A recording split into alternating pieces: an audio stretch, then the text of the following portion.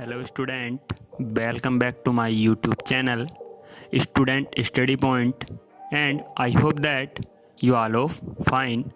So let's move on to a new topic which is to be just discussed today. So let's start. Hi students, 12th class के first chapter से next video है।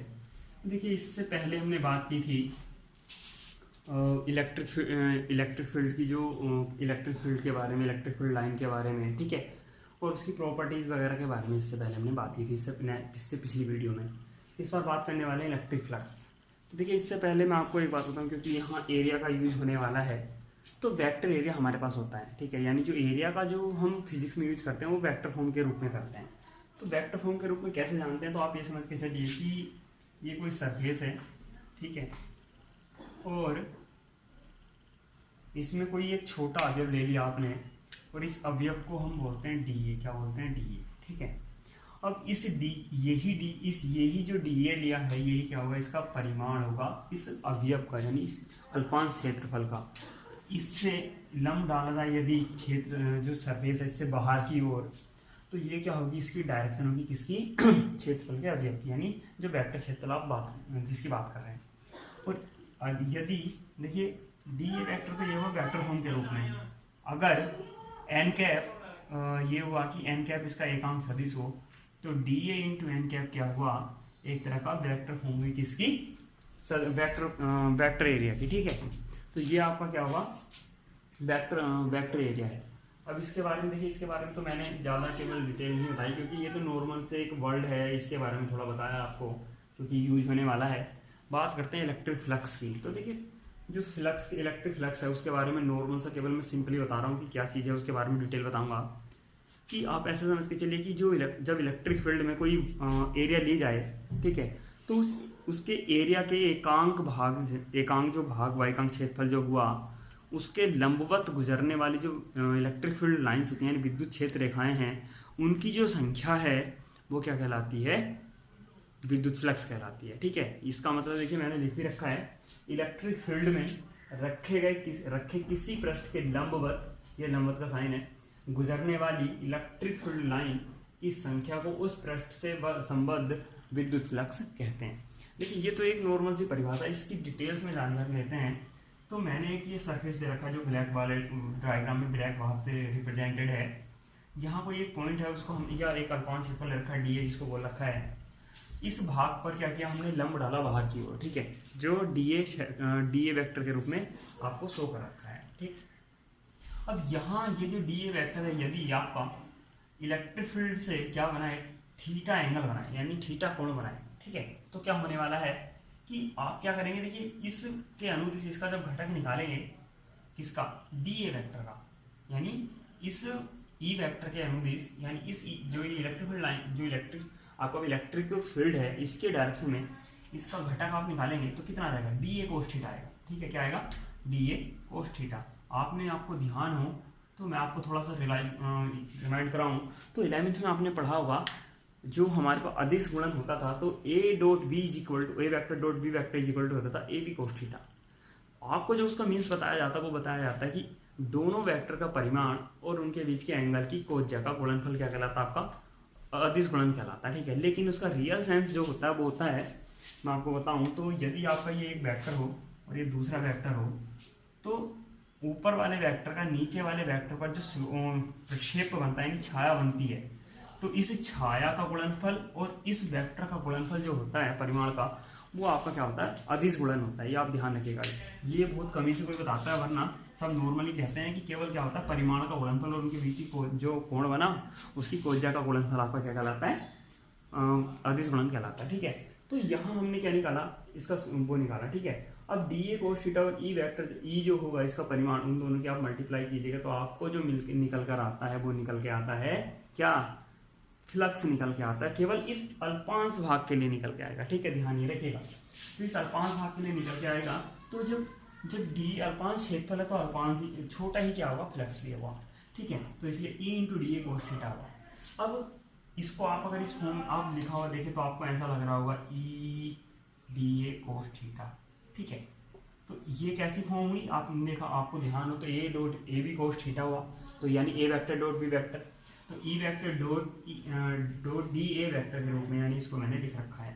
तो देखिए इसका sense आप ये भी निकाल सकते हैं कि इलेक्ट्रिक फील्ड एक सदिश राशि है, ठीक है, जो वेक्टर एरिया वो भी एक इस वेक्टर क्वांटिटी है। उसके बाद भी इनका जो डॉट प्रोडक्ट, जो इनका मल्टीप्लिकेशन है वो क्या आता है, एक तरह का अदिश राशि निकल जाती है। उसके देखिए दोनों वेक्टर क्वांटिटी होने के बाद भी जो डी फाई है यानी फ्लक्स है वो क्या है, एक अदिश राशि यानी स्केलर क्वांटिटी है, ठीक है। अब हमारे पास जो इसकी डायमेंशन निकलती है, देखिए वो डायमेंशन आपके पास ये लिख रखी है, आप जब निकालेंगे डायमेंशन तो यही आएगी एम एल की पावर 3 टी की पावर 3 और ए की पावर -1। आप इसकी यूनिट्स की बात करें, यूनिट्स क्या होती है, तो यूनिट्स हो जाती हैं न्यूटन मीटर स्क्वायर पर कूलाम, वोल्ट मीटर गोस, जूल मीटर पर सेकेंड, ये क्या है इसके मात्रक हो जाते हैं, ठीक है। जो इसका एसआई मात्रक है वो ये आप ध्यान रखिएगा, न्यूटन मीटर स्क्वायर पर सेकेंड कूलाम होता है, ठीक है। गोस भी इसी में आता है वैसे, लेकिन आप पर्टिकुलर से ध्यान रखिए वो एसआई मात्रक में केवल इसी को ध्यान रखिएगा, न्यूटन मीटर स्क्वायर पर कूलाम, ठीक है। अब बात करते हैं, देखिए यहाँ हमने केवल क्या निकाला कि एक सरफेस है और सरफेस से हमने छोटे से भाग के लिए क्या निकाल लिया, फ्लक्स निकाल लिया। लेकिन आपने उसमें 11th में आपने पढ़ा होगा कि अवकलन और समाकलन दो चीज़ें पढ़ी होंगी, ठीक है, आपको करनी सिखाई गई होंगी। तो अवकलन जो करते थे हम थोड़ा बड़ी क्वांटिटी से छोटी राशि यानी परिवर्तन के लिए यूज करते थे। समाकलन क्या करते थे, बड़े चीज़ को प्राप्त करने के लिए करते, छोटी चीज़ का मान प्राप्त हो तो बड़ी चीज़ के लिए उसकी क्वांटिटी निकालने के लिए करते थे, ठीक है। तो यहाँ छोटी चीज़ का मान हमें प्राप्त है तो बड़ी चीज़ निकालने के लिए क्या करेंगे, इसका इंटीग्रेशन हम कर सकते हैं, यानी समाकलन हम कर सकते हैं। तो इंटीग्रेशन अगर हम कर लें, क्या कर लें, इंटीग्रेशन अगर हम कर लें तो हमारे पास क्या आ जाएगा, इस पूरे सरफेस से निकल के क्या आ जाएगा, आपका फ्लक्स निकल के आ जाएगा। तो फाई ई यानी इलेक्ट्रिक फ्लक्स से रिलेटेड है, ई का मतलब इलेक्ट्रिक से है, ठीक है। मैग्नेट होता तो एम लिखा हुआ होता, तो electric flux is equal to integration में साइन यहाँ सरफेस लिखा हुआ है यानी टोटल सरफेस के लिए है डी फाई, ठीक है। डी फाई की वैल्यू आपके पास अभी आई है E vector dot D A vector, या आप ई डी ए कोस थीटा भी आप लिख सकते हैं, E vector dot D A या ई डी ए कोस थीटा, ठीक है।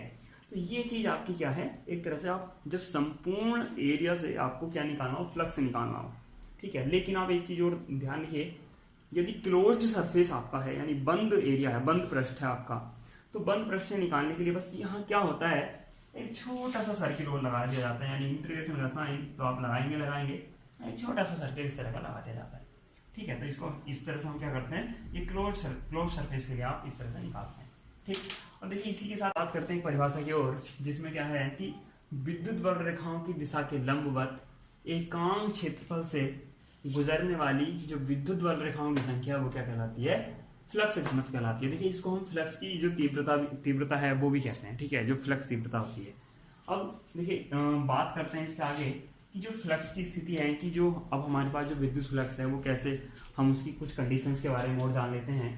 तो देखिए हमारे जो फ्लक्स होता है वो किन किन चीज़ों पर निर्भर करता है, सबसे पहली बात तो ये आती है, ठीक है। तो किस किस चीज़ पर निर्भर करता है, बात करते हैं। देखिए एफ जो फाई है डिपेंड करता है किस पर, ई पर, ठीक है। किस पर डिपेंड करेगा, ए पर यानी डी ए पर, जो डी ए लिखा हुआ है यानी अल्पांश क्षेत्रफल, और फाई वो डिपेंड करेगा किस पर, एक एंगल पर यानी कोण पर, थीटा जो होगा आपका, ठीक है। इन तीन चीज़ पर निर्भर करता है। तो देखिए अब जो ये परिमाण है इनकी तो बात हम इन पे तो बाद में बात करेंगे, पहले केवल जो अब इसका जो मैक्सिमम मिनिमम या जो मान हो सकते हैं तो वो क्या हो सकते हैं। देखिए क्योंकि वेक्टर क्वांटिटी है तो वेक्टर क्वांटिटी होने का मतलब धनात्मक ऋणात्मक और जीरो भी हो सकती है, ठीक है। ये तो क्लियर हो गया। तो धनात्मक ऋणात्मक और किसके, जीरो के बारे में बात कर लेते हैं, जो अगर डिपेंड कैसे करता है उसके बारे में बात कर लेते हैं। देखिए यदि जो बल रेखाएं हैं वो इससे बाहर की ओर निकल रही हैं, तो आप ध्यान रखिएगा यानी पृष्ठ से बाहर की ओर जा रही हैं, तो हमेशा जो फ्लक्स होता है वो धनात्मक होता है। आप ये याद रखिएगा, यदि बल रेखाएं क्या हों, बल रेखाएं बाहर निकल रही हों, ठीक है, तो होता है पॉजिटिव, और अगर अंदर की ओर हो तो होता है निगेटिव, ठीक है। यदि अंदर की ओर हो तो होता है निगेटिव, ठीक है। इसमें होता है फर्स्ट चतुर्थांश में होता है, इसलिए एंगल जो होता है वो 0 से 90 के बीच में होता है, ठीक है। और यहाँ होता है एंगल 90 to 180 होता है, ठीक है। ये आप ध्यान रखिएगा, इसलिए क्या होता है, यहाँ ऋणात्मक होता है। यानी जब अंदर की ओर रेखाएं आती हैं तो एंगल जो क्रिएट होता है वो 90 to 180 होता है, और जो बाहर की ओर रेखा जाती है तो वो क्या होता है, एंगल 0 to 90 होता है, यानी प्रथम चतुर्थांश होता है, और यहाँ सेकंड चतुर्थांश होता है। ठीक है, आप ये ध्यान रखिएगा। अब बात करते हैं देखिए एंगल के अकॉर्डिंग। तो इफ़ जो हमारे पास इफ़ एंगल यदि क्या हो थीटा इज इक्वल टू हो 90, या आप स्टार्टिंग में 0 ले लीजिए। चलिए बात करते हैं 0 पर, ठीक है, 0, 90, 180 की बात कर लेते हैं, ठीक है, 3 एंगल पर। तो देखिए अगर मैं डायरेक्टली आपको यहाँ से बता दूँ तो आपके पास जो सूत्र लिखा हुआ वो लिखा हुआ है D phi is equal to E D A cos theta.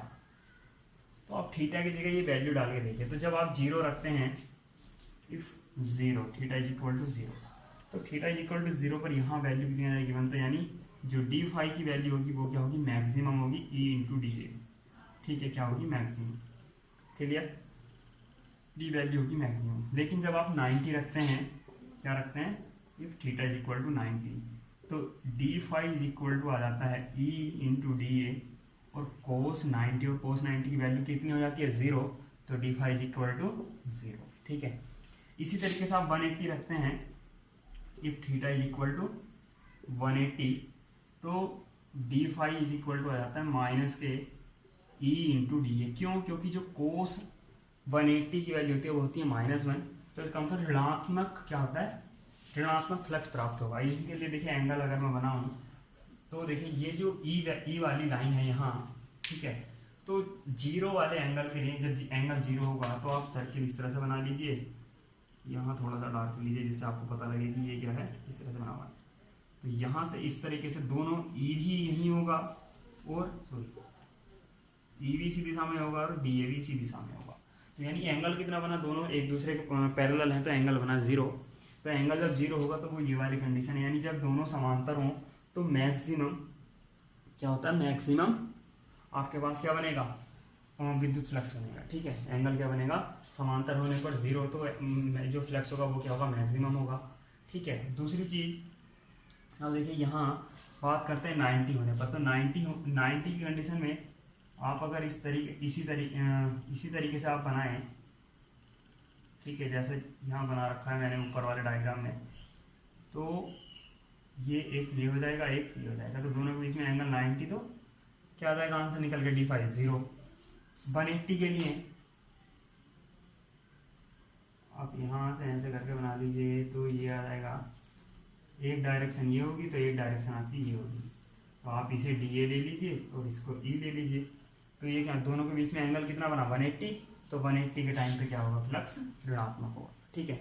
अब ये जो चीज़ हुई ये आपकी क्या निकल के आई कि हमारे पास जो विद्युत फ्लक्स है वो इन तीनों कंडीशंस पर कैसे निर्भर करता है, ठीक है। तो यहाँ इसकी कंडीशंस भी हो गई, आपके पास विद्युत फ्लक्स हो गया, वो कैसे डिपेंड करता है या किन राशियों पर डिपेंड करता है, मात्रक उसका बीमा है, क्लोज सरफेस के लिए कैसे निकालना है, या आपके पास कोई सरफेस है तो टोटल कैसे निकालना है, ठीक है। और अगर यदि जो बल रेखाएं हैं वो अंदर की ओर जा रही हैं तो सरफेस कैसा, जो विद्युत फ्लक्स है वो कैसा होगा, बाहर जा रही है तो कैसा होगा, क्या उनके बीच में एंगल कितने से कितने के बीच में लाई करेगा, ये सारी चीज़ें आपको आज इस वीडियो के अंतर्गत मिली। तो थैंक यू फॉर वॉचिंग, और आई होप कि आपको ये समझ में आया हो, और इस वीडियो को ज़्यादा से ज़्यादा शेयर करें जिससे दूसरे भी हमारे चैनल का लाभ उठा सकें। Thank you for watching.